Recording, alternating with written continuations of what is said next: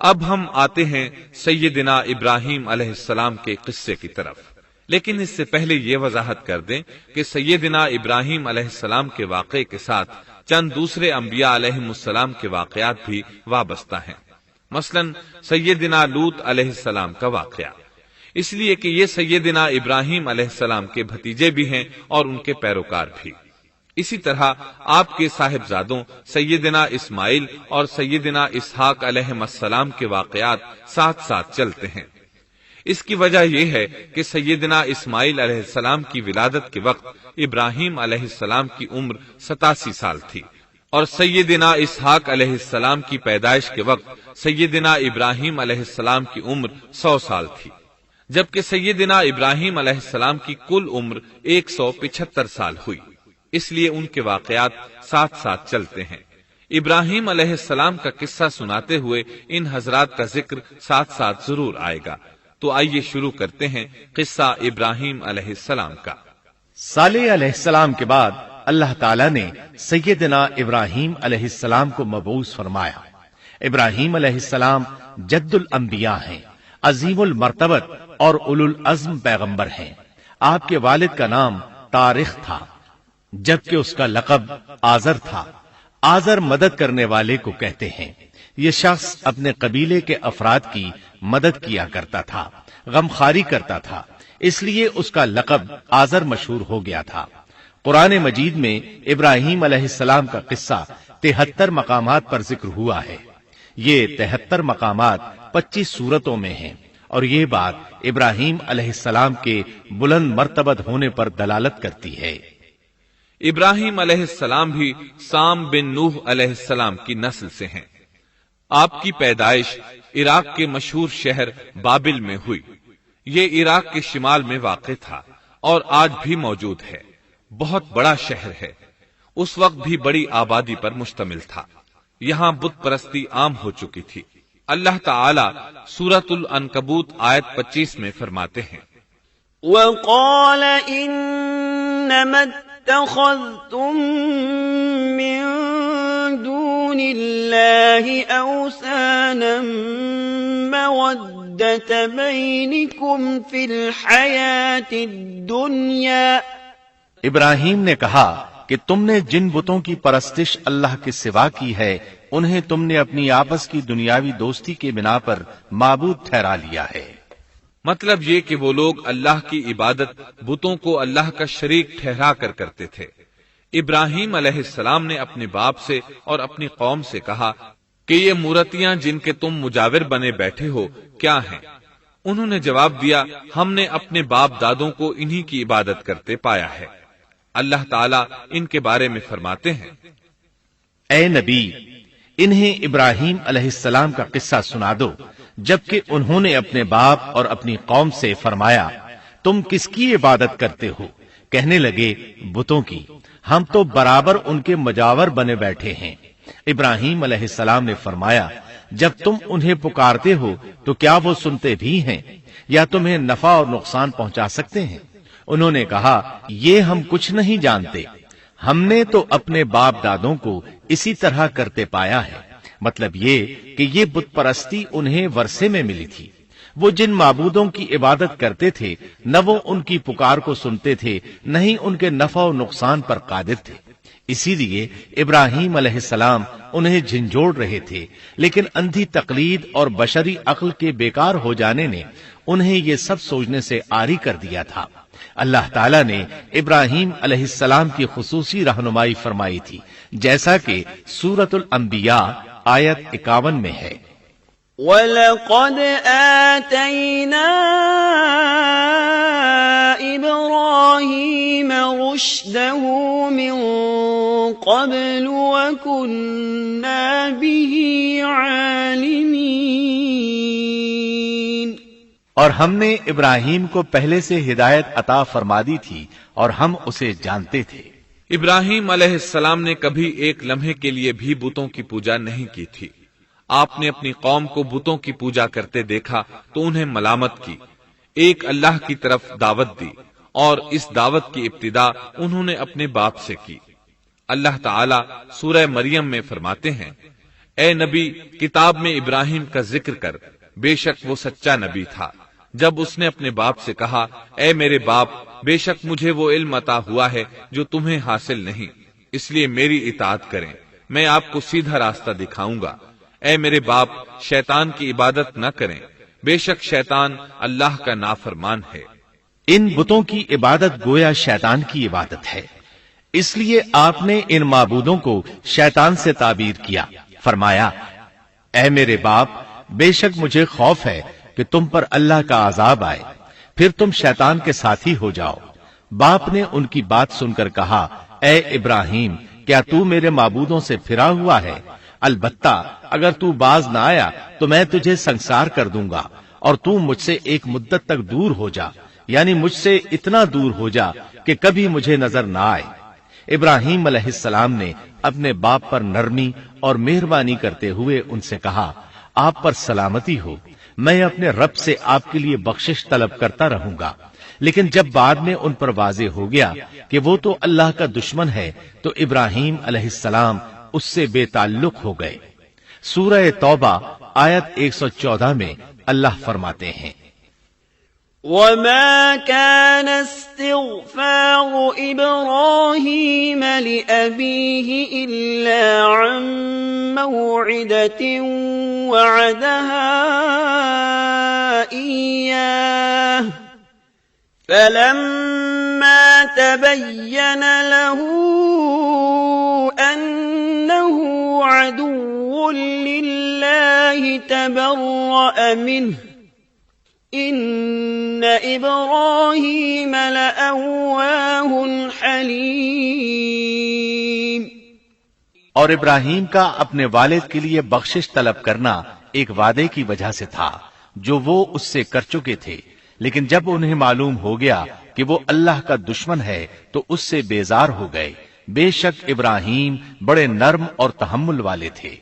کسی ایماندار کے لیے جائز نہیں کہ وہ کسی کافر کے لیے دعائے مغفرت کرے، بلکہ مومن پر حرام ہے کہ وہ کسی کافر یا عیسائی وغیرہ کے لیے مغفرت طلب کرے یا اس سے یہ کہے کہ اللہ تجھ پر رحم کرے۔ ابراہیم علیہ السلام کے والد نے انہیں دھمکی دی تھی کہ اگر تم اس دعوت سے باز نہ آئے تو میں تمہیں سنسار کر دوں گا۔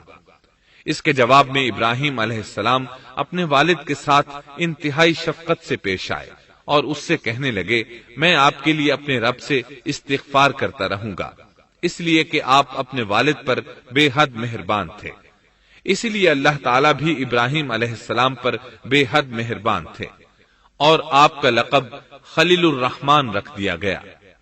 خلت محبت کا وہ انتہائی درجہ ہے جس کے ساتھ دل محبت سے بھر جاتا ہے، یعنی وہ بہت سے لوگوں سے بڑھ کر اللہ تعالیٰ کو محبوب تھے۔ والد کے سخت جواب کے بعد ابراہیم علیہ السلام نے ان سے علیحدگی اختیار کر لی اور انہیں مخاطب کر کے فرمایا، میں تمہیں چھوڑتا ہوں اور جنہیں تم اللہ کے سوا پکارتے ہو ان کو بھی چھوڑتا ہوں، میں اپنے رب کو پکاروں گا، مجھے امید ہے میں اپنے رب کو پکار کر محروم نہیں رہوں گا۔ آپ اللہ کے پیارے اور پسندیدہ نبی تھے۔ جب آپ نے اپنی قوم کو توحید کی دعوت دی اس وقت آپ نوجوان تھے، آپ کی عمر 16 سال تھی۔ ساتھ میں آپ اس بات پر غور و فکر بھی کرتے کہ آخر یہ لوگ بتوں کی پوجا کیوں کرتے ہیں۔ آپ کا دل ان کے شرک پر بہت کوڑتا۔ آخر آپ نے مصمم ارادہ کر لیا کہ اس شر اور فساد کی جڑ کو کاٹ کر رہیں گے، یعنی ان بتوں کو توڑ کر رہیں گے۔ آپ اپنی قوم کو بتوں کو توڑ دینے کی دھمکی دیتے رہے۔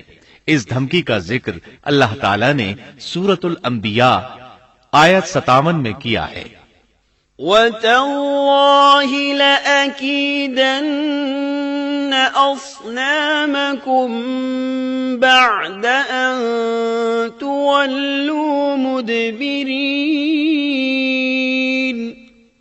اور اللہ کی قسم میں تمہارے بتوں کا علاج کروں گا جب تم پیٹھ پھیر کر جا چکے ہوگے۔ یہ بات ابراہیم علیہ السلام نے پوشیدہ نہیں اعلانیہ کہی تھی۔ آخر انتظار کا وقت ختم ہوا، عید کا دن آ پہنچا۔ عید کے دن وہ لوگ صبح سویرے گھر سے نکلنے سے پہلے کھانا پکا کر اپنے معبودوں کے سامنے رکھتے تھے، پھر شہر سے باہر ایک میدان میں جمع ہوتے، وہاں کھیلتے کودتے خوشیاں مناتے، ناز سے چلتے پھرتے اور کھانا کھاتے، شام کو گھروں کی طرف آتے، صبح بتوں کے پاس جو کھانا رکھ گئے تھے اس کو اٹھاتے اور تبرک سمجھ کر کھا جاتے۔ اپنے معمول کے مطابق انہوں نے عید کی تیاری کر لی، لیکن ابراہیم علیہ السلام تیار نہ ہوئے، اس لیے کہ وہ تو ان کے ساتھ جانے کا ارادہ ہی نہیں رکھتے تھے۔ وہ لوگ جانے سے پہلے ابراہیم علیہ السلام کے پاس آئے اور کہنے لگے، کیا آپ ہمارے ساتھ نہیں جائیں گے؟ سیدنا ابراہیم علیہ السلام نے آسمان کی طرف نگاہ کی اور فرمایا، میں بیمار ہوں۔ یہ تمام واقعہ سورۃ الانبیاء آیات 51 تا 58 میں بیان ہوا ہے۔ یقیناً ہم نے ابراہیم کو پہلے سے ہدایت فرما دی تھی اور ہم اسے جانتے تھے، جبکہ اس نے اپنے باپ سے اور اپنی قوم سے کہا کہ یہ مورتیاں جن کے تم مجاور بنے بیٹھے ہو کیا ہیں؟ سب نے کہا، ہم نے اپنے باپ دادوں کو انہی کی عبادت کرتے پایا ہے۔ آپ نے فرمایا، پھر تو تم اور تمہارے باپ دادا سبھی یقیناً کھلی گمراہی میں مبتلا رہے۔ کہنے لگے، کیا آپ سچ مچ ہمارے پاس حق لائے ہیں یا یوں ہی مذاق کر رہے ہیں؟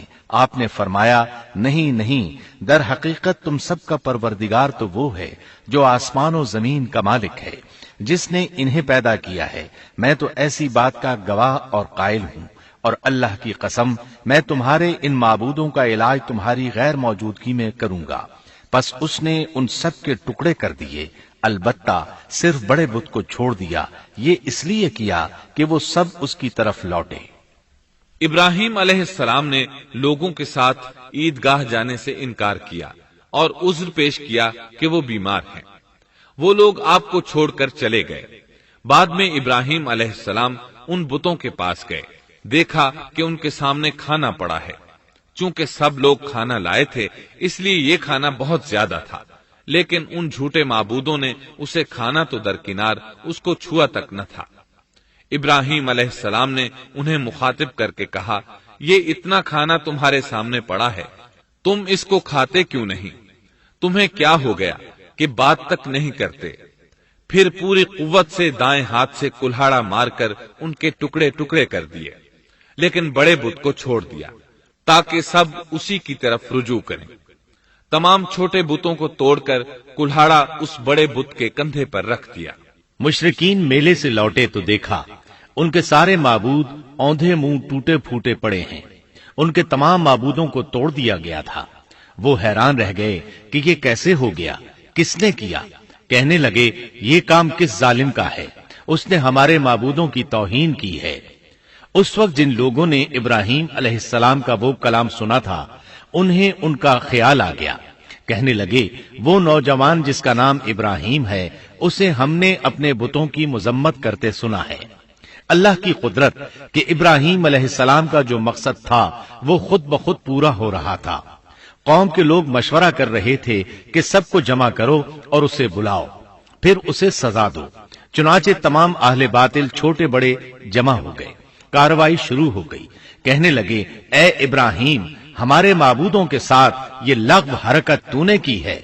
ابراہیم علیہ السلام نے جواب دیا، یہ کام تو اس بڑے بت کا ہے، مجھ سے کیوں پوچھتے ہو؟ تم اپنے معبودوں سے کیوں نہیں پوچھ لیتے کہ ان کے ٹکڑے کس نے اڑائے ہیں؟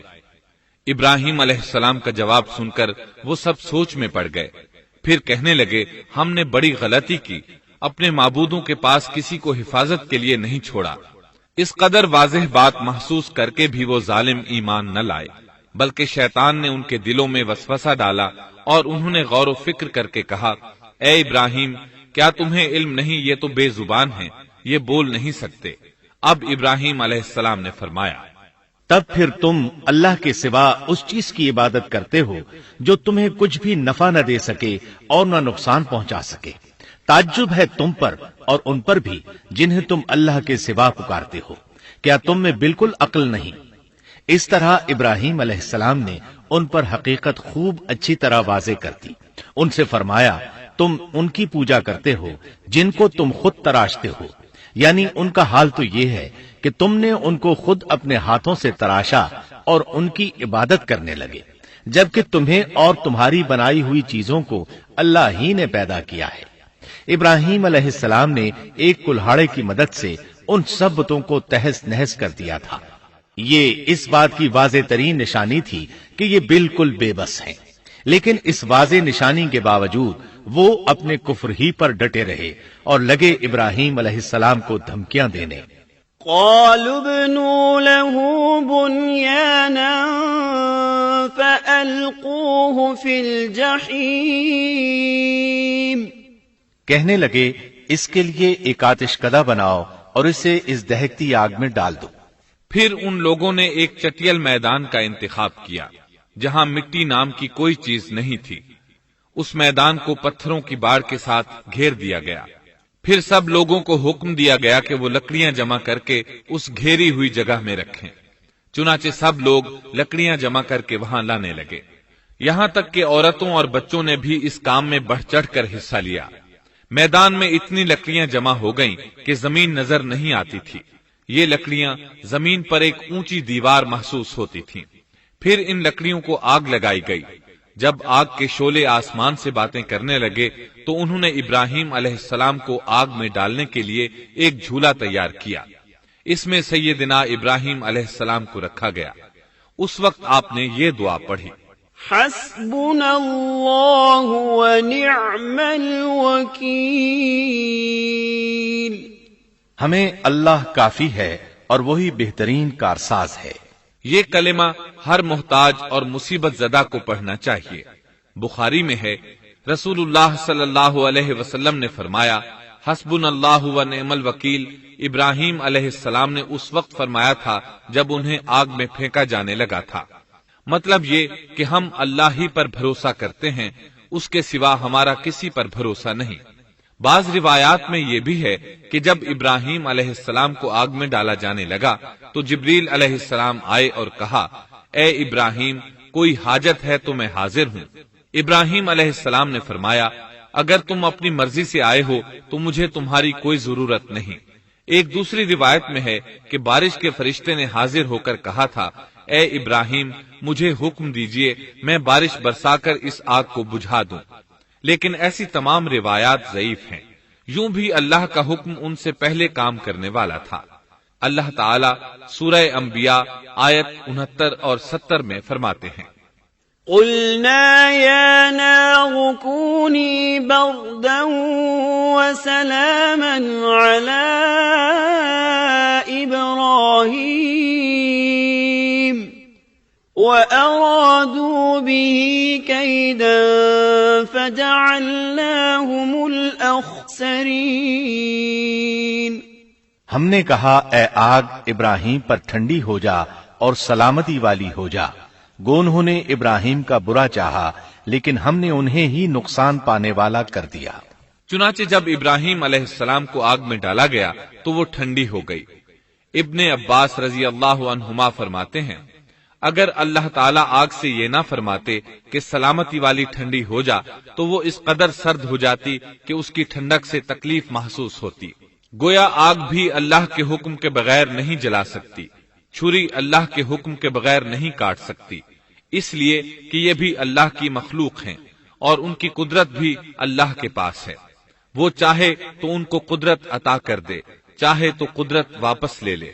آگ کو ٹھنڈا ہونے کا حکم ہوا، وہ ٹھنڈی ہو گئی۔ اس نے نہ ابراہیم علیہ السلام کے کپڑے جلائے، نہ جسم کے کسی حصے کو کوئی نقصان پہنچایا، صرف وہ رسیاں جلائیں جن سے آپ کو باندھا گیا تھا۔ سبحان اللہ۔ لوگ آگ کے گرد اس انتظار میں کھڑے تھے کہ جو ہی انہیں آگ میں پھینکا جائے گا وہ جل کر راکھ ہو جائیں گے، لیکن وہ یہ دیکھ کر حیران رہ گئے کہ ابراہیم علیہ السلام بڑے ناز سے آگ کے درمیان بیٹھے ہیں۔ بعض روایات میں ہے کہ ابراہیم علیہ السلام فرمایا کرتے تھے، مجھے ان دنوں جو راحت اور سکون حاصل تھا ویسا آگ سے نکلنے کے بعد نہیں ہوا۔ لوگ اس معجزے کو دیکھ کر حیرت زدہ تھے۔ پھر ابراہیم علیہ السلام آگ سے نکلے۔ اتنا بڑا معجزہ دیکھنے کے باوجود لوط علیہ السلام کے سوا کوئی شخص پورے بابل شہر سے ان پر ایمان نہ لایا۔ اللہ تعالیٰ فرماتے ہیں، فآمن له لوط، پس ابراہیم پر لوط ایمان لائے۔ مطلب یہ کہ پوری بستی سے لوط علیہ السلام تھے جو آپ پر ایمان لائے تھے، باقی تمام لوگ کفر ہی پر ڈٹے رہے۔ ابراہیم علیہ السلام ان کا رویہ دیکھ کر نا امید ہو گئے کہ اس سے بڑھ کر یہ کون سا معجزہ دیکھنا چاہتے ہیں۔ ان کے بتوں کو توڑ دیا گیا، اپنی آنکھوں سے اللہ کی نشانی ان لوگوں نے دیکھی، پھر بھی یہ ایمان نہیں لائے، چنانچہ آپ نے وہاں سے ہجرت کا ارادہ فرما لیا۔ اس وقت بابل پر نمرود نامی بادشاہ کی حکومت تھی۔ کہا جاتا ہے کہ زمین کے بیشتر حصے پر اسی کی حکمرانی تھی۔ جب اس کے پاس یہ خبریں پہنچیں کہ ابراہیم علیہ السلام کو آگ میں ڈالا گیا لیکن آگ نے انہیں نہیں جلایا، تو اس نے ابراہیم علیہ السلام کو اپنے دربار میں پیش کرنے کا حکم دیا۔ ابراہیم علیہ السلام کو وہاں لایا گیا۔ نمرود نے ان سے ان کے رب کے بارے میں سوال کیا۔ اللہ تعالیٰ سورۃ البقرہ آیت 258 میں فرماتے ہیں، أَلَمْ تَرَ إِلَى الَّذِي حَاجَّ إِبْرَاهِيمَ فِي رَبِّهِ أَنْ آتَاهُ اللَّهُ الْمُلْكَ کیا تو نے اس شخص کو نہیں دیکھا جس نے ابراہیم سے اس کے رب کے متعلق جھگڑا کیا اس لیے کہ اللہ نے اسے سلطنت دی تھی۔ ایک روایت میں ہے کہ 4 بادشاہوں نے زمین کے بیشتر حصے پر حکمرانی کی ہے، ان میں سے ایک نمرود ہے۔ نمرود اپنے وقت کا حاکم و بادشاہ تھا۔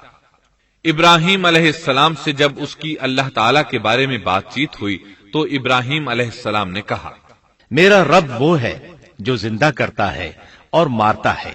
جواب میں اس نے کہا، میں بھی زندہ کرتا ہوں اور مارتا ہوں۔ چنانچہ اس نے حکم دیا کہ جیل سے 2 آدمیوں کو لے آؤ۔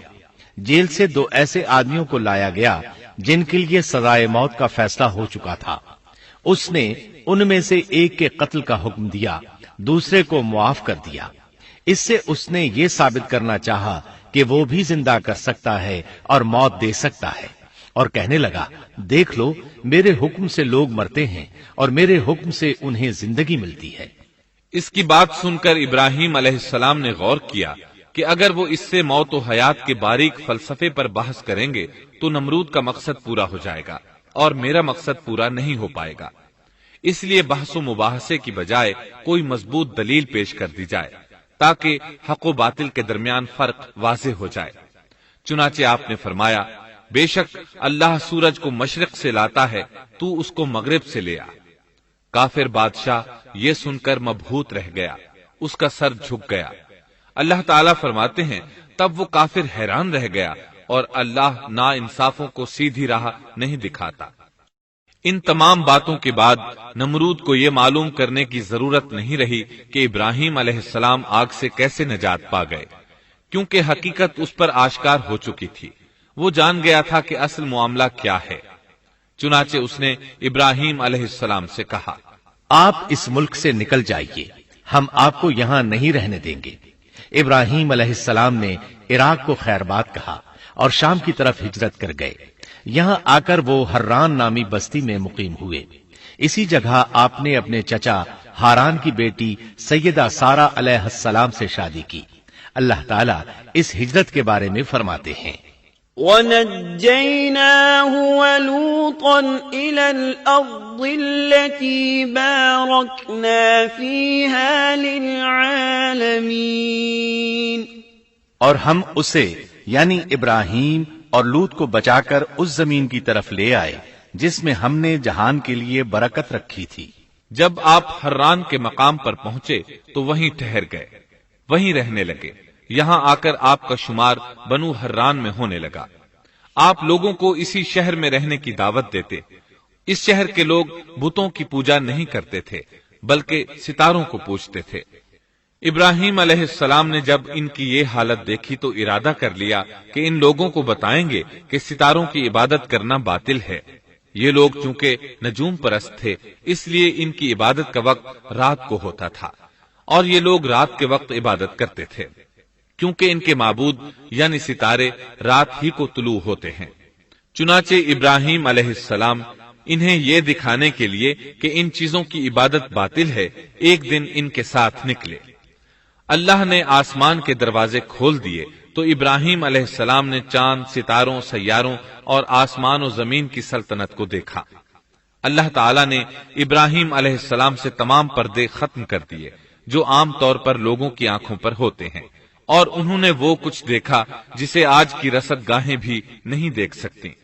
اللہ تعالی سورۃ الانعام آیت 75 میں فرماتے ہیں، وَكَذَلِكَ نُرِي إِبْرَاهِيمَ مَلَكُوتَ السَّمَاوَاتِ وَالْأَرْضِ وَلِيَكُونَ مِنَ الْمُوقِنِينَ۔ اور اسی طرح ہم نے ابراہیم کو آسمان اور زمین کی سلطنت کا مشاہدہ کرا دیا تاکہ وہ یقین کرنے والوں میں سے ہو جائے۔ بعض مفسرین نے لکھا ہے کہ یہ سب کچھ اللہ تعالیٰ نے ابراہیم علیہ السلام کو اس لیے دکھایا تھا کہ وہ ستاروں کی پرستش کرتے تھے، پھر اللہ تعالیٰ نے اپنی عبادت کی طرف ان کی رہنمائی فرمائی۔ جن مفسرین نے یہ بات لکھی وہ غلطی پر ہیں، کیونکہ ایک جلیل القدر رسول کے متعلق ایسا گمان کرنا کبیرہ گناہ ہے۔ آسمان اور زمین کی سلطنت اور دیگر معجزات دکھانے کے بعد اللہ تعالیٰ فرماتے ہیں، آسمان اور زمین کی پیدائش یقیناً انسان کی پیدائش سے بہت بڑا کام ہے۔ اللہ تعالیٰ ایک دوسرے مقام پر فرماتے ہیں، آسمان اور زمین میں بہت سی نشانیاں ہیں جن سے یہ منہ موڑ کر گزر جاتے ہیں۔ ابراہیم علیہ السلام حران شہر کے ستارہ پرستوں کو لے کر ایک رات نکلے۔ اچانک ایک ستارہ طلوع ہوا، اس کی چمک دمک بہت تھی، شکل صورت کے لحاظ سے بھی بہت خوبصورت تھا۔ اس وقت ابراہیم علیہ السلام نے بطور مذاق کہا، یہ میرا رب ہے۔ لیکن جب وہ ستارہ کچھ دیر بعد چھپ گیا تو کہنے لگے، یہ تو غروب ہو گیا، یہ رب کیسے ہو سکتا ہے؟ جو چھپ جائے وہ رب نہیں ہو سکتا، پس میں تو غروب ہونے والوں کو پسند نہیں کرتا۔ اگلے روز وہ پھر ان لوگوں کو ساتھ لے کر نکلے تو چاند کو دیکھا۔ یہ شکل صورت میں ستاروں سے کہیں زیادہ خوبصورت تھا، روشن تھا، لیکن یہ بھی غروب ہو گیا۔ تو ابراہیم کہنے لگے، اگر مجھے میرے رب نے ہدایت نہ کی تو میں گمراہ لوگوں میں شامل ہو جاؤں گا۔ اے اللہ، تو کہاں ہے؟ اپنی طرف میری رہنمائی کر۔ ان باتوں سے ابراہیم علیہ السلام ان لوگوں کو غور و فکر کی دعوت دے رہے تھے تاکہ وہ غور کریں، آخر رب چھپ کیسے سکتا ہے؟ اگر چاند رب ہے اور دن کے وقت کسی کو اپنے معبود کی حاجت ہوگی تو وہ کیا کرے گا؟ لہذا چاند کسی صورت رب نہیں ہو سکتا۔ پھر جب دن چڑھا اور سورج طلوع ہوا تو کہنے لگے، یہ میرا رب ہے، یہ تو سب سے بڑا ہے۔ پھر لوگوں کو مخاطب کر کے کہنے لگے، تم رات کو چھوٹے چھوٹے ستاروں کی پوجا کرتے ہو، کیوں نہ تم اتنے بڑے ایک ہی رب کی پوجا کر لو۔ لیکن جب وہ بھی غروب ہو گیا تو کہنے لگے، یقیناً میں تمہارے شرک سے بیزار ہوں، یہ معبود کیسے ہو سکتے ہیں؟ ان میں تو تبدیلی آتی رہتی ہے، کبھی طلوع ہوتے ہیں کبھی غروب ہوتے ہیں۔ یہ اس بات کی دلیل ہے کہ یہ مخلوق ہیں اور ان کا خالق کوئی اور ہے جس کے حکم کے یہ تابع ہیں۔ جب یہ خود مخلوق ہیں اور کسی اور کے تابع ہیں تو کسی کو نفع نقصان پہنچانے پر کس طرح قادر ہو سکتے ہیں؟ پھر اپنی قوم کو مخاطب کر کے کہنے لگے، میں اپنا رخ اس کی طرف کرتا ہوں جس نے آسمانوں کو یکسو ہو کر پیدا کیا، اور میں شرک کرنے والوں میں سے نہیں ہوں۔ اب بھی وہ اپنی بات پر اڑے رہے۔ تب آپ نے فرمایا، تم مجھ سے اللہ کے بارے میں جھگڑ رہے ہو، مجھے تو اللہ راہ دکھا چکا ہے اور اس نے مجھے دلیل عطا فرمائی ہے۔ میں یقیناً جانتا ہوں کہ تمہارے تمام معبود بے بس اور بے طاقت ہیں۔ جاؤ، تم سے اور تمہارے ان معبودوں سے جو ہو سکے کر لو، میرے رب کی مرضی کے بغیر کچھ بھی نہیں ہو سکتا۔ میرے رب نے ہر چیز کے علم کو اپنے گھیرے میں لے رکھا ہے، کیا پھر بھی تم نصیحت حاصل نہیں کرو گے؟ اور میں تمہارے معبودوں سے خوف کیوں کھاؤں؟ تم اللہ سے نہیں ڈرتے؟ ان کو اللہ کا شریک ٹھہرا رہے ہو۔ اللہ نے اس کی کوئی دلیل نازل نہیں کی۔ اگر تم میں صحیح علم ہے تو تم ہی بتلا دو کہ ہم دونوں جماعتوں میں سے امن کا زیادہ حقدار کون ہے؟ امن انہی کے لیے ہے جو ایمان لانے کے بعد دین کو شرک سے خلط ملط نہیں کرتے۔ حقیقت میں ہدایت یافتہ وہی لوگ ہیں۔ یہی ہمارے وہ دلائل تھے جو ہم نے ابراہیم علیہ السلام کو ان کی قوم کے مقابلے میں عطا کیے تھے، اور ہم جسے چاہیں مرتبے میں بڑھا دیں۔ بے شک تیرا رب بڑی حکمت والا ہے۔ ان لوگوں نے پھر بھی کفر ہی کیا، کوئی بھی ایمان نہ لایا۔ چنانچہ ابراہیم علیہ السلام نے ایک بار پھر ہجرت کی اور مصر جا پہنچے۔ مصر کے بادشاہ کو خبر ملی کہ ایک شخص ہجرت کر کے آیا ہے اور اس کے ساتھ ایک عورت ہے، وہ بہت زیادہ حسین و جمیل ہے۔ چنانچہ اس ظالم نے اپنے کارندوں کو بھیجا کہ اس عورت کو میرے پاس لے آؤ، ساتھ ہی اس سے پوچھنا کہ تمہارے ساتھ جو آدمی ہے وہ کون ہے، اگر وہ اس کا خاوند ہو تو اسے قتل کر دینا۔ ادھر بادشاہ نے اپنے کارندوں کو حکم دیا، ادھر اللہ نے ابراہیم علیہ السلام کی طرف وحی بھیج دی۔ انہوں نے سارا علیہ السلام سے کہا، اگر وہ تجھ سے میرے بارے میں پوچھیں تو بتا دینا تم میری بہن ہو۔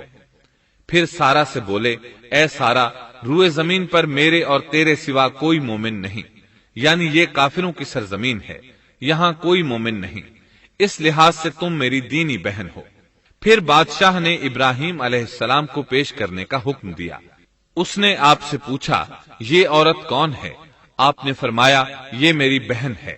اس طرح ابراہیم علیہ السلام کی زندگی میں 3 موقع ایسے آئے کہ انہوں نے اللہ کے دین کی حمایت اور مدافعت کے لیے توریہ کیا۔ توریہ کا مطلب یہ ہے کہ واقعہ کچھ اور ہو لیکن کوئی شخص کسی خاص مصلحت کی وجہ سے اسے 2 معنی والے الفاظ کے ساتھ اس انداز میں بیان کرے کہ سننے والا اس واقعہ کو نہ سمجھ سکے بلکہ اس کا ذہن خلاف واقعہ چیز کی طرف منتقل ہو جائے۔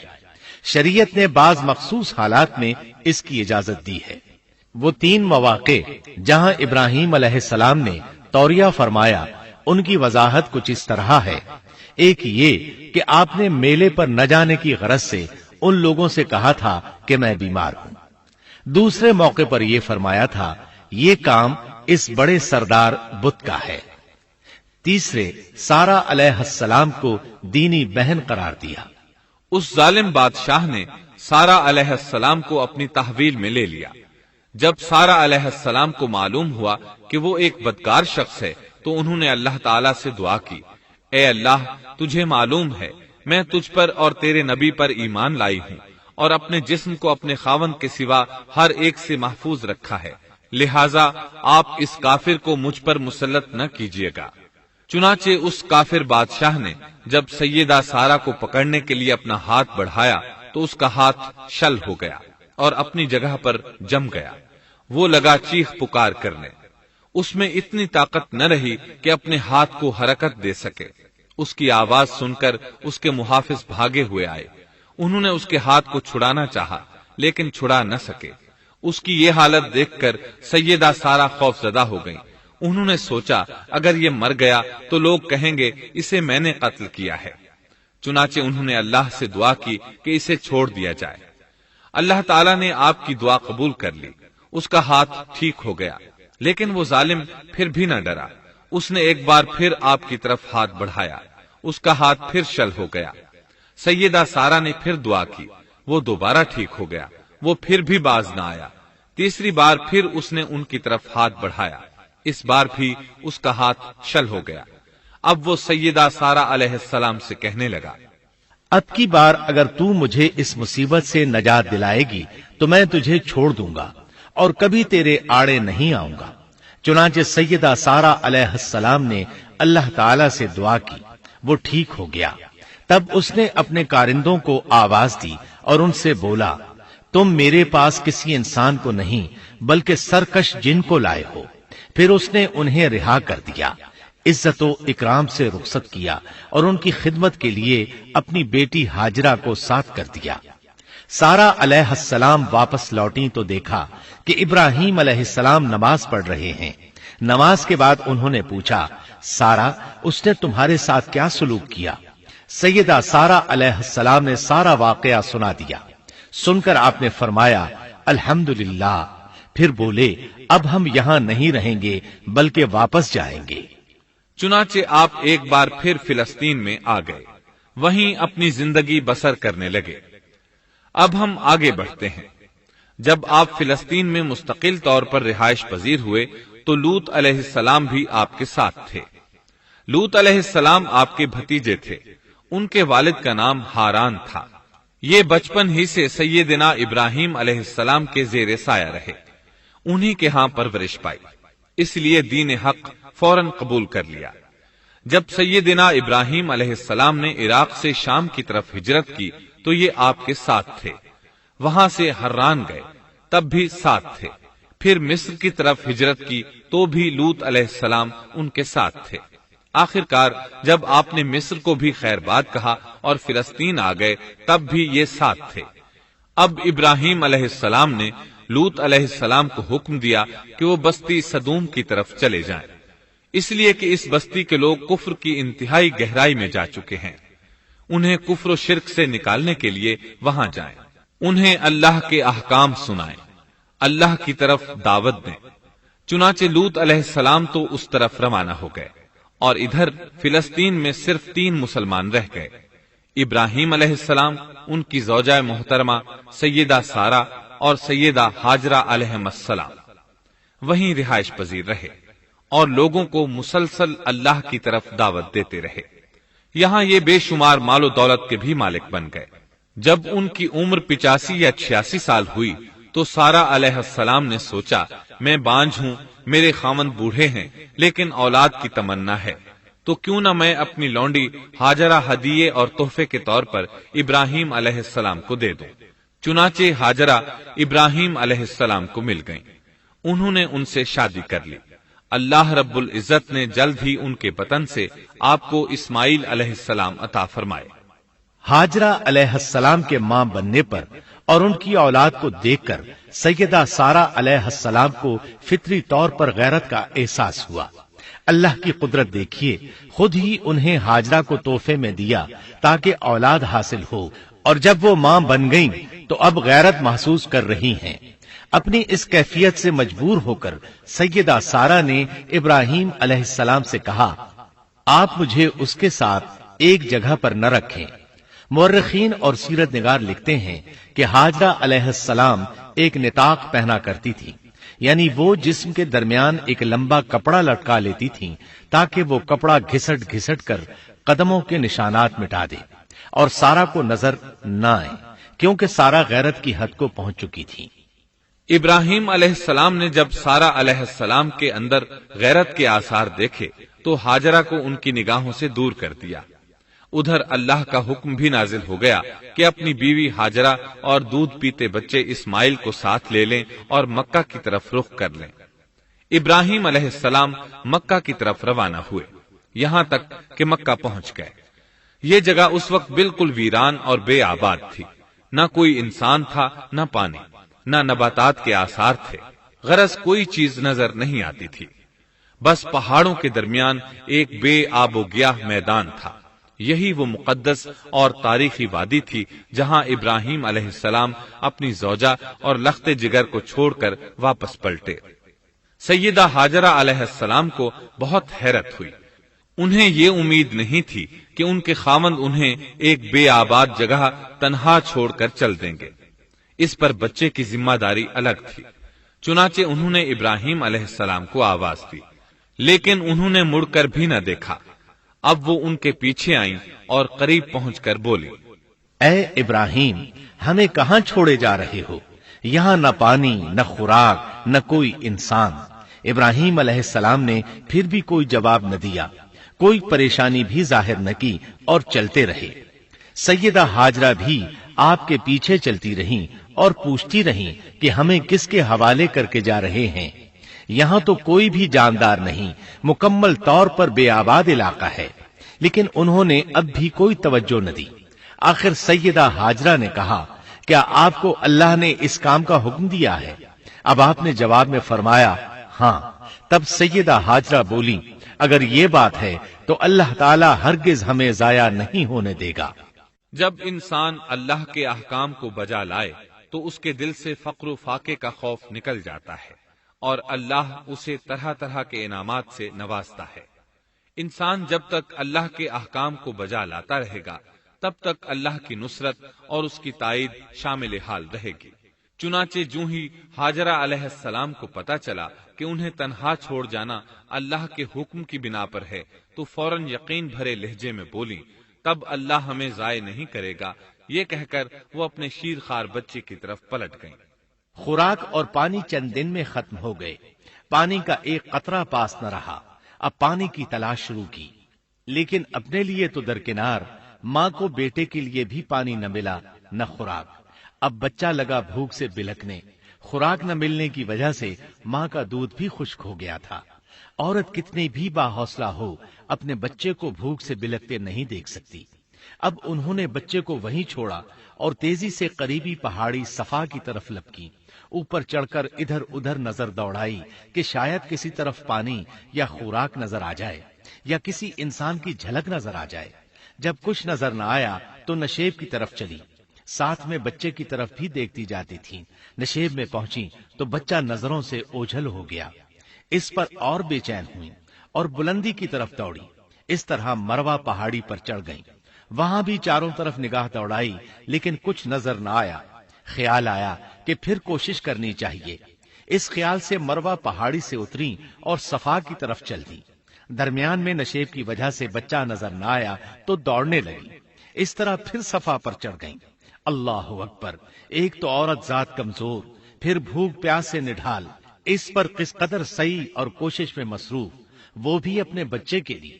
بہرحال بار بار کوشش کے خیال سے انہوں نے صفا اور مروہ پہاڑیوں کے درمیان 7 چکر لگائے۔ یہی وجہ ہے مسلمان عازمین حج صفا و مروہ کے درمیان سعی کرتے ہیں تاکہ اس واقعے کی یاد تازہ ہو جائے۔ جب وہ آخری مرتبہ مروہ پر پہنچی تو انہوں نے ایک آواز سنی۔ یہ آواز اسماعیل علیہ السلام کے قریب سے آئی تھی۔ انہوں نے پوری توجہ سے آواز کو سننے کی کوشش کی اور جلدی سے اسماعیل کے قریب پہنچی۔ کیا دیکھتی ہیں؟ اسماعیل کے قدموں کے نیچے سے پانی پھوٹ رہا ہے، کیونکہ جبریل علیہ السلام کو اللہ نے اس صابرہ خاتون کی مدد کے لیے بھیجا تھا۔ انہوں نے زمزم والی جگہ پر اپنا پر مارا تو اسماعیل کے قدموں کے پاس سے ایک عظیم چشمہ رحمت نمودار ہوا۔ مستقبل کے پیغمبر کے قدموں کے نیچے سے اللہ نے جبریل فرشتے کے ذریعے زمین پھاڑ کر پانی نکال دیا۔ یہی آب زمزم کا آغاز تھا۔ ہاجرہ علیہ السلام پانی کو آنکھیں پھاڑ پھاڑ کر حیرت سے دیکھ رہی تھی۔ ان کی خوشی کی انتہا نہ رہی جب انہوں نے دیکھا پانی پھوٹ پھوٹ کر چاروں طرف بہ رہا ہے۔ زمین ہموار تھی، اس لیے انہوں نے زمین کو کھودنا شروع کر دیا تاکہ پانی ادھر ادھر نہ بہ جائے۔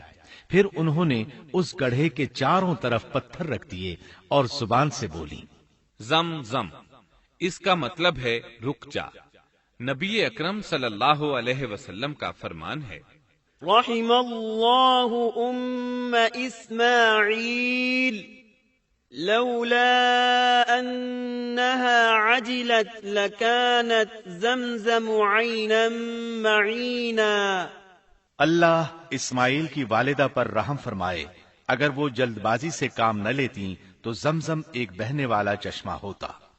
لیکن انہوں نے اس کے گرد بند باندھ دیا۔ انہیں دراصل اس وقت پانی کی شدید ضرورت تھی، اس لیے انہوں نے پانی کو اپنے پاس جمع کر لیا تاکہ بہہ کر ضائع نہ ہو جائے۔ انہوں نے اسماعیل کو پانی پلایا، خود بھی خوب پیا، اور یہ اللہ تعالی کی طرف سے ان کی مہمان نوازی تھی۔ وہاں کوئی اور انسان نہیں تھا، نہ کھانے کی کوئی چیز تھی، بس یہی آب زمزم ان کے لیے کھانے اور پینے کا کام دے رہا تھا۔ اب چونکہ زمزم ایک چشمہ بن گیا تھا، اس لیے پرندے بھی آنے لگے۔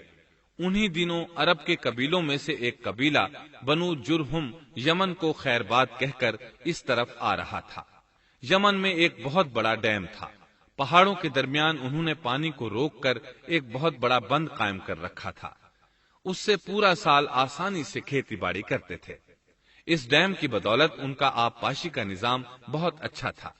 جب اس ڈیم کو اللہ تعالیٰ نے توڑا تو تمام لوگ وہاں سے منتشر ہو گئے اور جزیرہ عرب کے اطراف میں منتقل ہونے لگے۔ وہیں سے ہجرت کرنے والا ایک قبیلہ بنو جرہم تھا۔ یہ لوگ بنیادی طور پر عرب تھے۔ یہ قبیلہ سفر میں رہتا، جہاں کہیں پانی اور چراگاہ نظر آتے وہیں پڑاؤ ڈال دیتے۔ جب وہاں خوراک ختم ہو جاتی تو آگے سفر شروع کر دیتے۔ چونکہ وہ بہت بڑے تاجر تھے، اس بنا پر ان راستوں سے خوب واقف تھے۔ انہیں چشموں کا خوب علم تھا۔ ملک شام کی طرف بھی ان کی آمد و رفت تھی۔ یہ قبیلہ بنو جرہم مکہ کے قریب پہنچا تو فضا میں پرندوں کو منڈلاتے پایا۔ کہنے لگے ان پرندوں کی موجودگی میں ضرور کوئی راز ہے۔ اب انہوں نے اپنے کچھ آدمی اس طرف بھیجے. یہ لوگ جلد ہی چشمے تک پہنچ گئے. انہوں نے وہاں ایک عورت اور اس کے بچے کو پایا. پھر وہ لوگ ان کے پاس آئے, وہاں پڑاؤ ڈالنے کی اجازت مانگی. سیدہ ہاجرہ نے فرمایا, ٹھیک ہے, لیکن شرط یہ ہے کہ تمہیں اجرت ادا کرنا ہوگی. ان کے لیے یہ سستا سودا تھا. ان کے پورے قبیلے کو سامان زندگی مل رہا تھا, جبکہ صرف ایک عورت اور اس کے بیٹے کی ذمہ داری ان پر عائد ہو رہی تھی. انہوں نے فوراً حامی بھر لی اور وہاں رہائش اختیار کر لی. اس طرح یہ لوگ سیدہ ہاجرہ علیہ السلام کی معیشت کا ذریعہ بن گئے, اور اس طرح سیدنا اسماعیل علیہ السلام بنو جرہم میں پرورش پاتے رہے. انہوں نے ان لوگوں سے عربی سیکھ لی اور ان سے بھی زیادہ عربی دان بن گئے. فصاحت اور بلاغت سے عربی میں بات چیت کرنے لگے. پھر ان کی اس قبیلے میں شادی ہو گئی. ان کی اولاد سے عرب قوم کا آغاز ہوا. انہی میں سے سرور کائنات محمد صلی اللہ علیہ وسلم کی ولادت باسعادت ہوئی. بنو جرہم کی آمد اور آبادی ابراہیم علیہ السلام کی دعا کا نتیجہ تھی. جب انہوں نے اپنی بیوی اور بچے یعنی 2 کمزور انسانوں کو اس ویران جگہ چھوڑا تھا تو یہ دعا مانگی تھی, ربنا انی اسکنت من ذریتی بواد غیر ذی زرع عند بیتک المحرم. اے ہمارے پروردگار, میں نے اپنی کچھ اولاد اس بے آباد جنگل میں تیرے حرمت والے گھر کے پاس بسائی ہے. یہاں یہ سوال پیدا ہوتا ہے کہ کیا اس وقت بیت اللہ کی تعمیر ہو چکی تھی؟ درست بات یہ ہے کہ اس وقت خانہ کعبہ کی تعمیر نہیں ہوئی تھی. پھر سوال پیدا ہوتا ہے کہ کیا ابراہیم علیہ السلام کے زمانے سے پہلے اس کی تعمیر ہو چکی تھی یا صرف جگہ ہی معروف تھی؟ اس بارے میں 2 طرح کی روایات ہیں. بعض میں آتا ہے کہ صرف اس کی جگہ معروف تھی, اور بعض میں ہے کہ ابراہیم علیہ السلام سے پہلے شیس علیہ السلام نے اس کو تعمیر کیا تھا, اور وہ گردش ایام کے ساتھ ساتھ منہدم ہو کر ختم ہو گیا. لیکن بہرحال اس کی جگہ معلوم تھی, اور وہی پہلا گھر تھا, جیسا کہ اللہ نے خبر دی ہے. ان اول بیت وضع للناس للذی ببکۃ مبارکا وہدی للعالمین. اللہ تعالیٰ نے پہلا گھر جو لوگوں کے لیے مقرر کیا تھا وہی ہے جو مکہ میں ہے, اور وہ پوری دنیا کے لیے برکت اور ہدایت والا ہے. ابراہیم علیہ السلام نے اللہ تعالیٰ سے یہ دعا مانگی تھی, ربنا انی اسکنت من ذریتی بواد غیر ذی زرع عند بیتک المحرم ربنا لیقیموا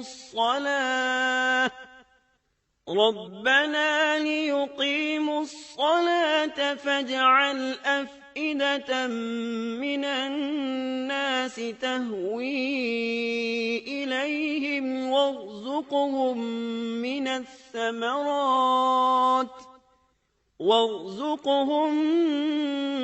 الثمرات لعلهم يشكرون. اے ہمارے پروردگار, میں نے اپنی کچھ اولاد اس بے کھیتی کے جنگل میں تیرے حرمت والے گھر کے پاس بسائی ہے. اے ہمارے پروردگار, یہ اس لیے کہ وہ نماز قائم کریں, پس تو کچھ لوگوں کے دلوں کو ان کی طرف مائل کر دے اور انہیں پھلوں کی روزیاں عطا فرما تاکہ یہ شکر گزاری کریں. دن گزرتے رہے اور اسماعیل علیہ السلام بنو جرہم کے ماحول میں عمر کی منزلیں طے کرتے رہے, اور وہ ہوش سنبھالنے کے قریب ہو گئے.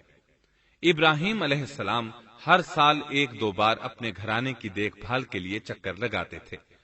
جب اسماعیل علیہ السلام نے ہوش سنبھالا تو ایک بار پھر ایک عظیم آزمائش کا وقت آ گیا. ہوا یوں کہ ایک مرتبہ ابراہیم علیہ السلام مکہ تشریف لائے.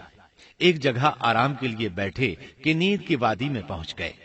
نیند میں انہوں نے خواب دیکھا کہ اپنے لخت جگر کو اپنے ہاتھ سے ذبح کر رہے ہیں. ساتھ ہی آنکھ کھل گئی. ابراہیم علیہ السلام جانتے تھے کہ انبیاء کرام کے خواب حقیقت ہوتے ہیں، اللہ کی طرف سے وحی ہوتے ہیں، اور شیطان کسی صورت ان کے خواب میں نہیں آ سکتا، لہذا انہوں نے اس خواب کے مطابق عمل کرنے کا پختہ ارادہ کر لیا، کسی قسم کی پریشانی کا شکار نہ ہوئے۔ اللہ رب العزت نے اس عظیم اور تعجب خیز واقعے کا قرآن مجید میں ذکر کرتے ہوئے فرمایا، وقال إني ذاهب إلى ربي سيهدين رب هب لي من الصالحين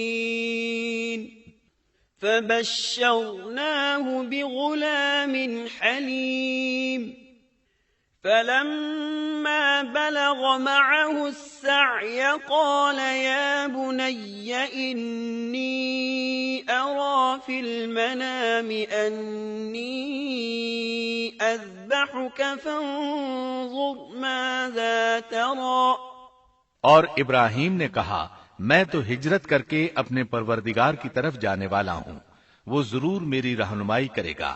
اے میرے رب، مجھے نیک بخت اولاد عطا فرما۔ تو ہم نے ایک بردبار بچے کی بشارت دی۔ پھر جب بچہ اتنی عمر کو پہنچا کہ اس کے ساتھ چلنے پھرنے لگا تو ابراہیم نے کہا، میرے پیارے بیٹے، میں نے خواب دیکھا ہے کہ میں تجھے ذبح کر رہا ہوں، اب تو بتا تیری کیا رائے ہے؟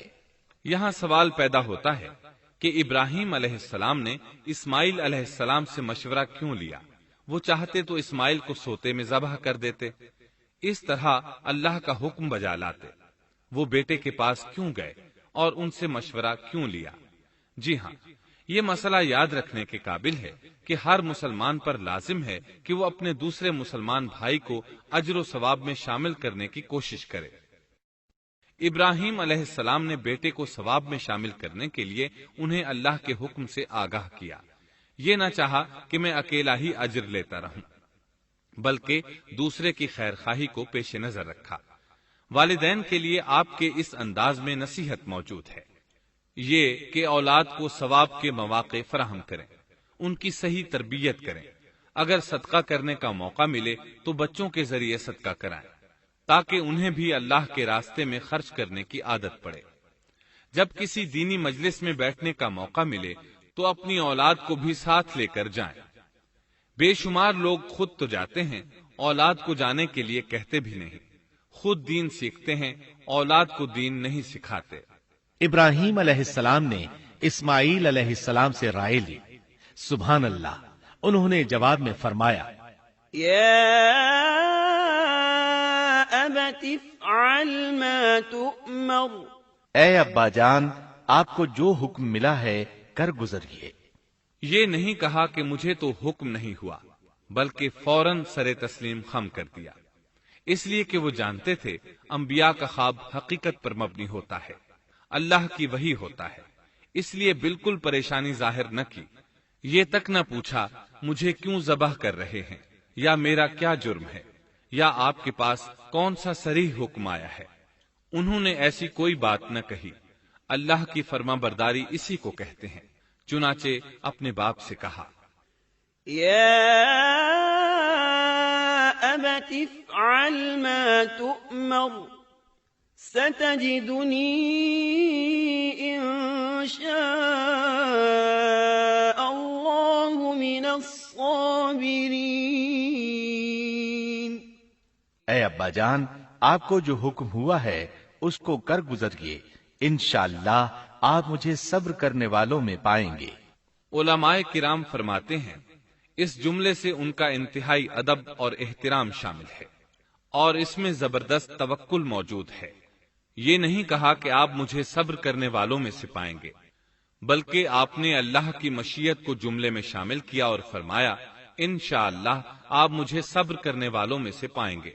لہذا مسلمانوں کو دھوکے میں نہیں پڑنا چاہیے۔ یہ نہ کہے میں سفر کروں گا، میں فلاں کام کروں گا، میں فلاں کام کے کرنے کی طاقت رکھتا ہوں، بلکہ یوں کہے اللہ نے چاہا تو میں سفر کروں گا، اللہ نے چاہا تو فلاں کام کروں گا۔ اپنے علم اور طاقت کے دھوکے میں پڑنا سراسر نادانی ہے۔ ہر چیز کا تعلق اللہ سے قائم کرے، جیسا کہ اللہ تعالیٰ فرماتے ہیں، ولا تقولن لشيء إني فاعل ذلك غدا إلا أن يشاء الله اور ہرگز ہرگز کسی کام پر یوں نہ کہنا کہ میں اسے کل کروں گا، مگر ساتھ ہی انشاءاللہ کہہ لینا۔ اپنی زبان کو اللہ کے ذکر سے سجا کر رکھو اور ہمیشہ اپنے معاملات کو اللہ کی طرف لوٹاؤ۔ بہرحال باپ بیٹا دونوں ہی مصمم ارادے کے ساتھ اللہ کا حکم پورا کرنے کے لیے پیش ہو گئے۔ اسماعیل علیہ السلام نے اپنے والد محترم سیدنا ابراہیم علیہ السلام سے کہا، جب آپ مجھے ذبح کرنے لگیں تو میری پیشانی کو زمین پر رکھ دیجیے گا تاکہ آپ کو میرا چہرہ نظر نہ آئے اور کہیں آپ کے ہاتھ رک نہ جائیں، چہرہ دیکھ کر آپ پر شفقت پدری غالب نہ آ جائے۔ اب ابراہیم علیہ السلام نے بیٹے کی پیشانی پکڑ کر زمین پر لٹا دیا، جیسا کہ اللہ تعالی نے فرمایا۔ فلما أسلما وتله للجبين جب دونوں مطیع ہو گئے اور ابراہیم نے اسے پیشانی کے بل لٹا دیا، اب انہوں نے چھری پکڑی اور گردن پر چلا دی، لیکن چھری نے گردن نہ کاٹی، بالکل اسی طرح جیسے آگ نے ابراہیم کو نہیں جلایا تھا، اس لیے کہ چھری میں کاٹنے کی طاقت اور آگ میں جلانے کی صلاحیت اللہ کے حکم کے بغیر نہیں آ سکتی۔ اللہ نے دونوں سے یہ طاقتیں سلب کر لی۔ اب ابراہیم زور لگا رہے ہیں، ادھر اسماعیل علیہ السلام کہہ رہے ہیں، ابا جان جلدی کیجئے، چھری چلائیے۔ اللہ تعالیٰ نے اس واقعے کا ذکر یوں فرمایا ہے، فلما أسلما وتله للجبين جب وہ دونوں مطیع ہو گئے اور ابراہیم نے اسے پیشانی کے بل لٹا دیا۔ اس مطیع ہونے سے مراد اللہ کے حکم کو نافذ کرنا ہے۔ اب ظاہر ہے مطیع تو وہ پہلے بھی تھے، لیکن یہاں اسلما یعنی مطیع ہونے سے مراد کامل اسلام ہے۔ نہایت واضح اور حقیقی اسلام مراد ہے، اس لیے کہ کامل اسلام وہی ہوتا ہے جس میں بغیر کسی تردد اور توقف کے اللہ کے امر اور نہی کی تصدیق کی جائے۔ یہ تھا حقیقی اسلام۔ ہاں تو چھری چلتی رہی، گلا نہ کٹا، اس لیے کہ امتحان اور آزمائش کی تکمیل ہو چکی تھی۔ یہ بات ثابت ہو چکی تھی کہ اللہ کا حکم نافذ کرنے میں دونوں پوری طرح کوشاں ہیں۔ اللہ تعالیٰ بھی فرما برداری ہی کا صلہ عطا فرماتے ہیں، چنانچہ آواز آئی، قد صدقت الرؤيا إنا كذلك نجزي المحسنين إن هذا لهو البلاء المبين ہم نے اسے پکارا، اے ابراہیم تو نے خواب کو سچ کر دکھایا، یقیناً ہم اسی طرح نیکوکاروں کو جزا دیا کرتے ہیں۔ یقیناً یہ ایک کھلی آزمائش تھی۔ تاریخ کا ایک عظیم ترین امتحان اور کڑی آزمائش دنیا کو آج بھی حیرت میں ڈال دیتی ہے۔ کون ہے جو بیٹے کو ذبح کرنے پر تیار ہو جائے، خاص طور پر اس صورت میں جب اولاد بھی اکلوتی ہو، جس کی وجہ سے 86 سال کے بعد آنگن میں بہار آئی ہو۔ پھر اس کی قربانی کا بھی واضح حکم نہیں دیا گیا تھا، اشارتاً خواب میں رہنمائی کی گئی تھی۔ آپ کہہ سکتے تھے یہ قتل اور سنگین جرم ہے، کہہ سکتے تھے اپنے بیٹے کو کس جرم میں قتل کروں، لیکن آپ نے بغیر کسی تعامل کے سر تسلیم خم کر دیا اور اس عظیم امتحان میں کامیاب ہوئے۔ اللہ فرماتے ہیں، وَإِبْرَاهِيمَ الَّذِي وَفَّى اور ابراہیم وہ ہیں جنہوں نے وفاداری کی۔ اس آیت میں یہ نہیں بتایا گیا کہ کس چیز میں وفاداری کی، اس لیے کہ وہ تو ہر معاملے میں مکمل طور پر وفاداری کا مظاہرہ کر چکے تھے۔ آگ میں ڈالے جانے والا معاملہ، بیوی اور بچے کو لق و دق میدان میں چھوڑ آنے کا معاملہ، پھر ذبح کا امتحان، تعمیر بیت اللہ کی مشقت، غرض ہر معاملے میں وفادار تھے، حتیٰ کہ اپنا مال اللہ کے راستے میں خرچ کرنے میں اس قدر وفادار کہ ابو زیفان کے لقب سے مشہور ہو گئے۔ اس کا معنی ہے مہمان نواز۔ کسی مہمان کو دسترخوان پر اپنے ساتھ بٹھائے بغیر ایک لقمہ نہیں کھاتے تھے۔ باہر نکلتے مہمان تلاش کرتے، پھر اس کے ساتھ مل کر کھانا کھاتے۔ مہمان نہ ملتا تو سخت غمگین ہو جاتے۔ اس طرح انہوں نے اللہ کے ہر حکم کی پاسداری کی۔ ذبح والے اس امتحان کا اللہ نے انہیں کیا صلہ دیا؟ اللہ فرماتے ہیں وَفَدَيْنَاهُ بِذِبْحٍ عَظِيمٍ۔ ہم نے اسے عظیم ذبیحے کا بدلہ عطا کیا۔ ہاں تو ہم بتا رہے تھے، چھری نے گلا نہ کاٹا۔ ایسے میں ابراہیم علیہ السلام نے ایک آواز سنی۔ آواز پیچھے سے آئی تھی۔ انہوں نے مڑ کر دیکھا، جبریل علیہ السلام نظر آئے۔ وہ آسمان سے ایک مینڈھا لے کر آئے تھے۔ دنیا کے مینڈھوں میں سے نہیں بلکہ جنت کا مینڈھا لائے تھے۔ سیدنا عبداللہ بن عباس رضی اللہ عنہما سے روایت ہے کہ وہ مینڈھا جنت میں 40 سال تک چرتا رہا۔ سفید رنگ، کشادہ آنکھوں، خوبصورت سینگوں والا حسین و جمیل مینڈھا تھا۔ بہرحال یہ ابراہیم علیہ السلام کی وفاداری کا بدلہ تھا جو اسماعیل علیہ السلام کے فدیے میں دیا گیا، اور پوری امت مسلمہ کے لیے حکم ہو گیا کہ اللہ کی رضا کے لیے قربانی اور ہدی پیش کرتے رہیں۔ کعبے کے پاس حرم الہی میں ہر سال یہ سنت ادا کی جاتی ہے، اور ان کے ساتھ ساتھ پوری زمین کے تمام خطوں پر بسنے والے مسلمان بھی اس عظیم فرمانبرداری کی علامت کے طور پر قربانیاں پیش کرتے ہیں۔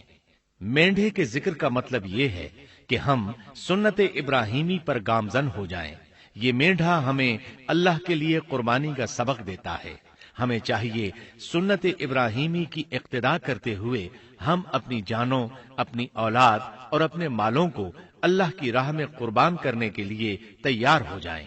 اللہ تعالیٰ فرماتے ہیں وَفَدَيْنَاهُ بِذِبْحٍ عَظِيمٍ وَتَرَكْنَا عَلَيْهِ فِي الْآخِرِينَ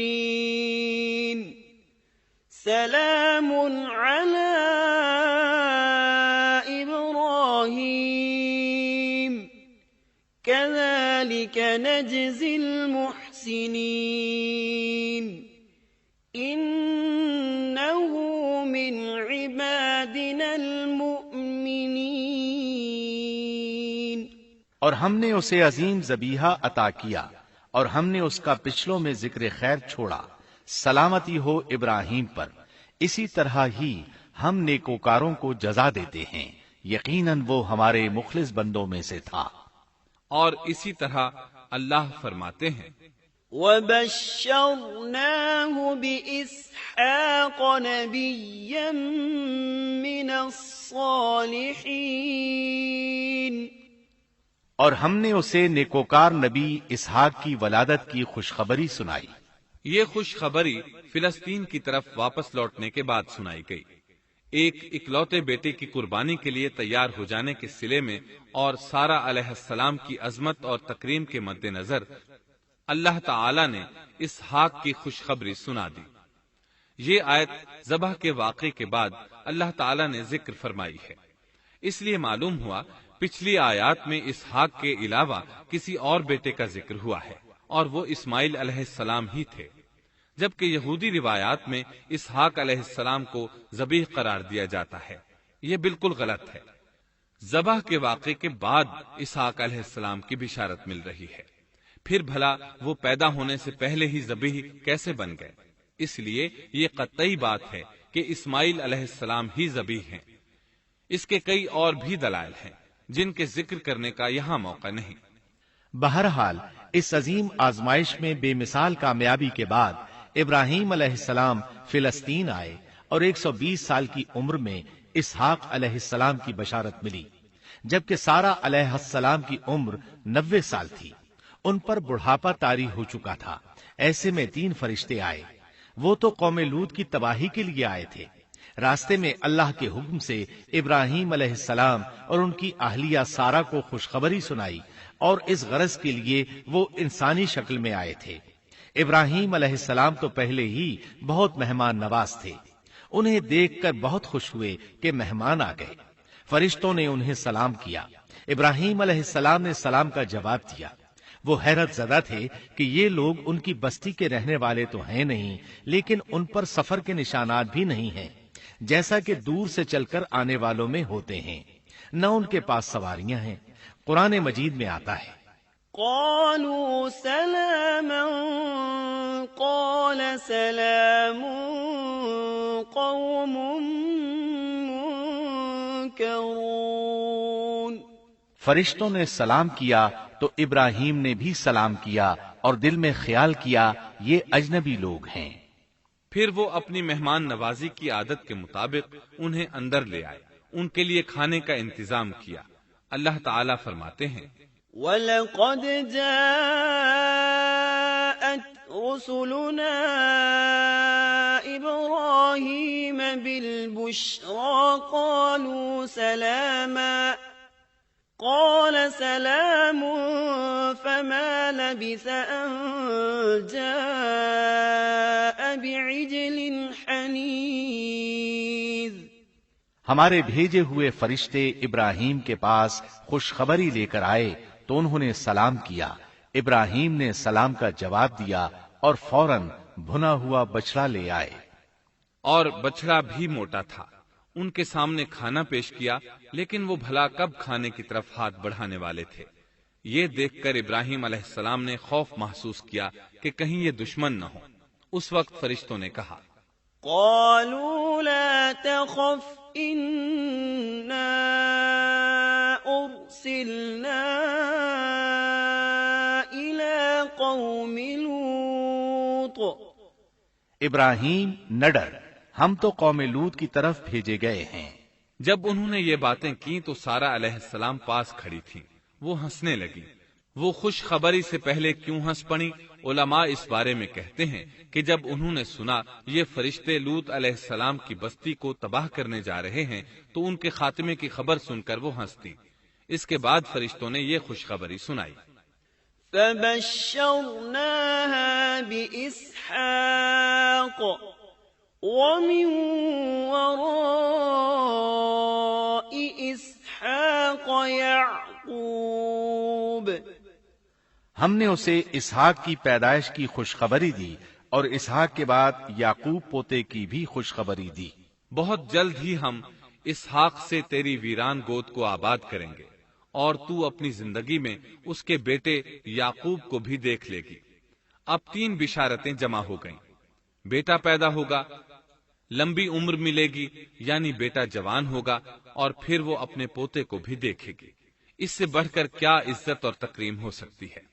اس لیے جب نبی کریم صلی اللہ علیہ وسلم سے پوچھا گیا کریم یعنی عزت والا کون ہے، تو آپ نے فرمایا کریم بن کریم بن کریم بن کریم، یعنی یوسف بن یعقوب بن اسحاق بن ابراہیم علیہ السلام۔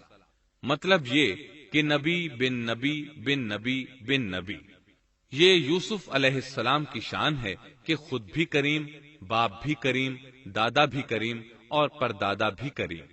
اس سے بڑھ کر عزت افزائی کیا ہو سکتی ہے؟ بہرحال فرشتوں نے انہیں خوشخبری دی۔ وَبَشَّرُوهُ بِغُلَامٍ عَلِيمٍ۔ پھر انہوں نے ابراہیم کو ایک صاحب علم لڑکے کی بشارت دی۔ خوشخبری سن کر سیدہ سارہ حیران ہوئی، مارے حیرت کے منہ سے ہلکی سی چیخ نکل گئی۔ انہوں نے اپنے رخسار پر ہاتھ مارا جیسا کہ عورتوں کی عادت ہوتی ہے، کہنے لگی ہائے افسوس، کیا میں بچہ جنوں گی حالانکہ میں بانجھ ہوں اور میرے خاوند بوڑھے ہیں؟ یہ تو حیرت کی بات ہے۔ ایک دوسری جگہ اللہ تعالیٰ نے یہ الفاظ فرمائے، کہنے لگی میں بوڑھی اور بانجھ ہوں، بھلا میں بچے کو کیسے جنم دوں گی؟ اس پر فرشتوں نے کہا تو اللہ کے حکم پر تعجب کرتی ہے، اے اہل بیت، یہ تو اللہ کی تم پر رحمت اور برکت ہے، وہ بہت بزرگ اور قابل تعریف ہے۔ دوسری آیت میں ہے انہوں نے کہا اسی طرح تیرے رب نے فیصلہ کیا ہے اور ہمیں کہا ہے، یقیناً وہ بہت حکمت والا ہے اور علم رکھنے والا ہے۔ یہ تھی اسحاق علیہ السلام کی ولادت کی خوشخبری۔ ابراہیم علیہ السلام مکے میں سیدنا اسماعیل علیہ السلام سے ملنے کے لیے آتے رہتے تھے۔ ایک روز آئے تو ان سے کہا اے میرے بیٹے، اللہ تعالیٰ نے مجھے حکم دیا ہے کہ اس مقام پر اللہ کا گھر تعمیر کرنا۔ اسماعیل علیہ السلام نے فوراً کہا میں حاضر ہوں۔ اس طرح انہوں نے کھدائی شروع کی۔ ایسے میں انہیں شیس علیہ السلام کی تعمیر کے آثار نظر آئے۔ انہوں نے اس پر تعمیر شروع کر دی۔ ایک روایت میں یہ بھی ہے کہ انہوں نے فرشتوں والی بنیادوں کے آثار بھی دیکھے۔ نبی کریم صلی اللہ علیہ وسلم کی جوانی کے دنوں میں جب مکے کے قریش نے کعبے کی تعمیر نئے سرے سے کی تو انہوں نے اس کی بنیادوں کو گہرا کرنا چاہا۔ وہ کھدائی کرتے ان سبز پتھروں تک پہنچ گئے جو پہاڑوں کی چوٹیوں کی طرح نظر آ رہے تھے۔ انہوں نے ان پتھروں کو نکالنا چاہا۔ ایک شخص نے کدال کے ذریعے ایک پتھر کو باہر نکالا تو اس کے نیچے سے اتنا نور نکلنے لگا کہ قریب تھا وہ شخص اندھا ہو جاتا۔ پھر پتھر خود بخود نیچے جا گرا اور اپنی جگہ پر جم گیا۔ اس کے بعد لوگوں نے ان پتھروں کو ہاتھ نہ لگایا اور تعمیر شروع کر دی۔ قرآن مجید میں تعمیر کعبہ اور بیت اللہ کا تذکرہ اس طرح آیا ہے۔ وَإِذْ بَوَّأْنَا لِإِبْرَاهِيمَ مَكَانَ الْبَيْتِ أَلَّا تُشْرِكْ بِي شَيْئًا وَطَهِّرْ بَيْتِيَ لِلطَّائِفِينَ وَالْقَائِمِينَ وَالرُّكَّعِ السُّجُودِ۔ اور جب ہم نے بیت اللہ کے مکان میں ابراہیم کو جگہ دی اور فرمایا کہ میرے ساتھ شرک نہ کرنا اور میرے گھر کو طواف، قیام اور رکوع و سجود کرنے والوں کے لیے پاک رکھنا، اور فرمایا ان اول بیت وضع للناس للذی ببکۃ مبارکا وہدی للعالمین فیہ آیات بینات مقام ابراہیم ومن دخله كان آمنا۔ بے شک لوگوں کے لیے جو پہلا گھر تعمیر کیا گیا ہے وہ مکہ میں ہے، وہ جہان والوں کے لیے برکت اور ہدایت کا ذریعہ ہے۔ اس میں واضح نشانیاں ہیں، مثلا مقام ابراہیم، تو جو کوئی حرم میں داخل ہوگا وہ امن میں آ جائے گا۔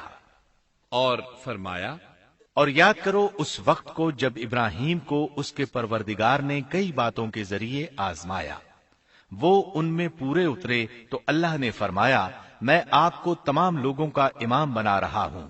ابراہیم نے کہا اے میرے رب میری اولاد میں سے بھی امام بنائیے۔ جواب میں اللہ نے فرمایا میرا امامت کا وعدہ ظالم لوگوں کے لیے نہیں ہے۔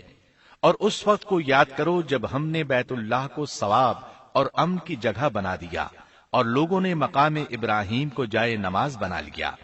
ہم نے ابراہیم کو حکم دیا کہ میرے گھر کو طواف، اعتکاف، رکوع اور سجود کے لیے پاک رکھو، اور وہ وقت بھی یاد رکھو جب ابراہیم نے دعا کی اے پروردگار اس شہر کو امن والا بنا دے اور اس کے مومن بندوں کو پھلوں کا رزق عطا کر۔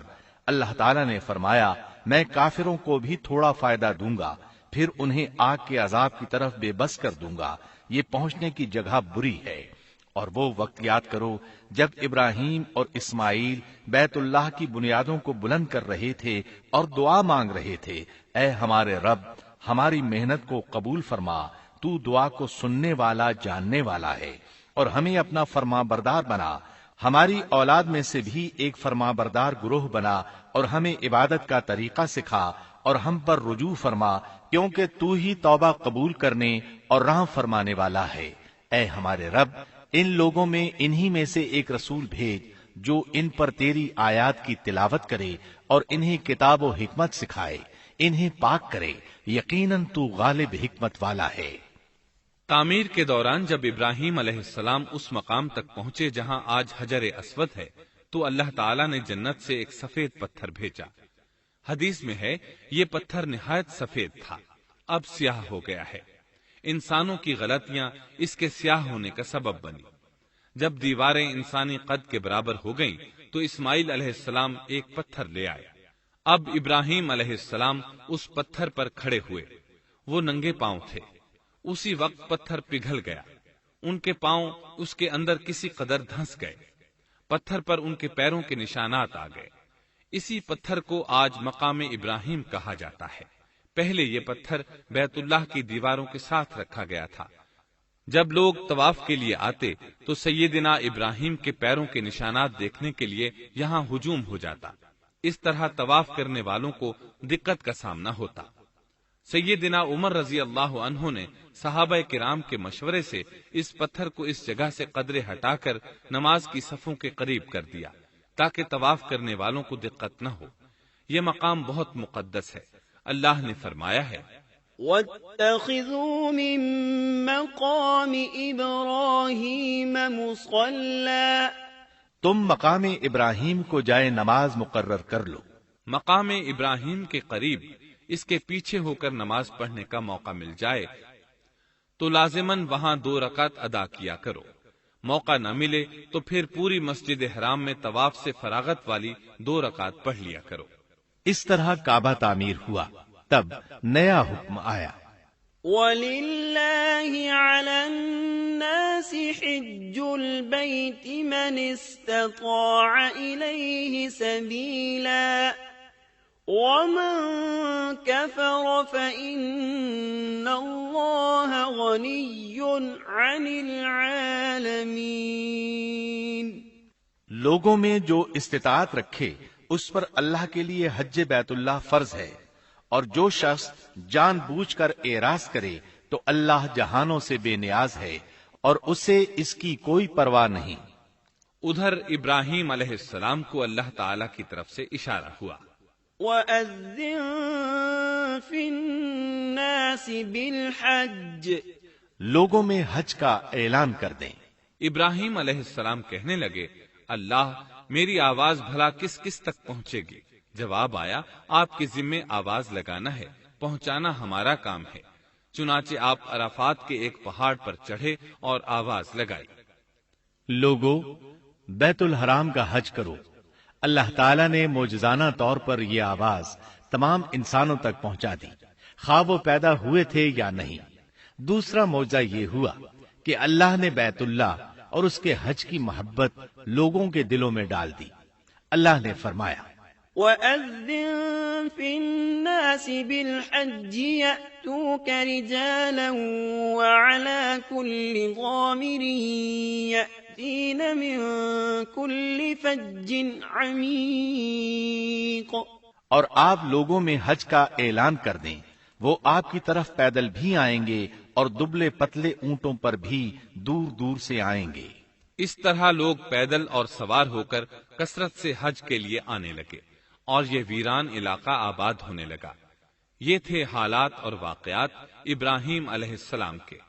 آپ نے 175 سال کی عمر میں وفات پائی۔ آپ سے پہلے سیدہ ہاجرہ علیہ السلام نے وفات پائی اور ان کی وفات سے کچھ ہی عرصہ بعد سیدہ سارہ علیہ السلام 127 سال کی عمر میں فوت ہو گئیں۔ ان دونوں کی وفات کے بعد آپ غمگین رہنے لگے۔ آخر اتنی مدت تک ساتھ رہا تھا۔ آپ خلیل الرحمن تھے، آپ پر صحیفے بھی نازل ہوئے، آپ اللہ کے بے حد شکر گزار تھے۔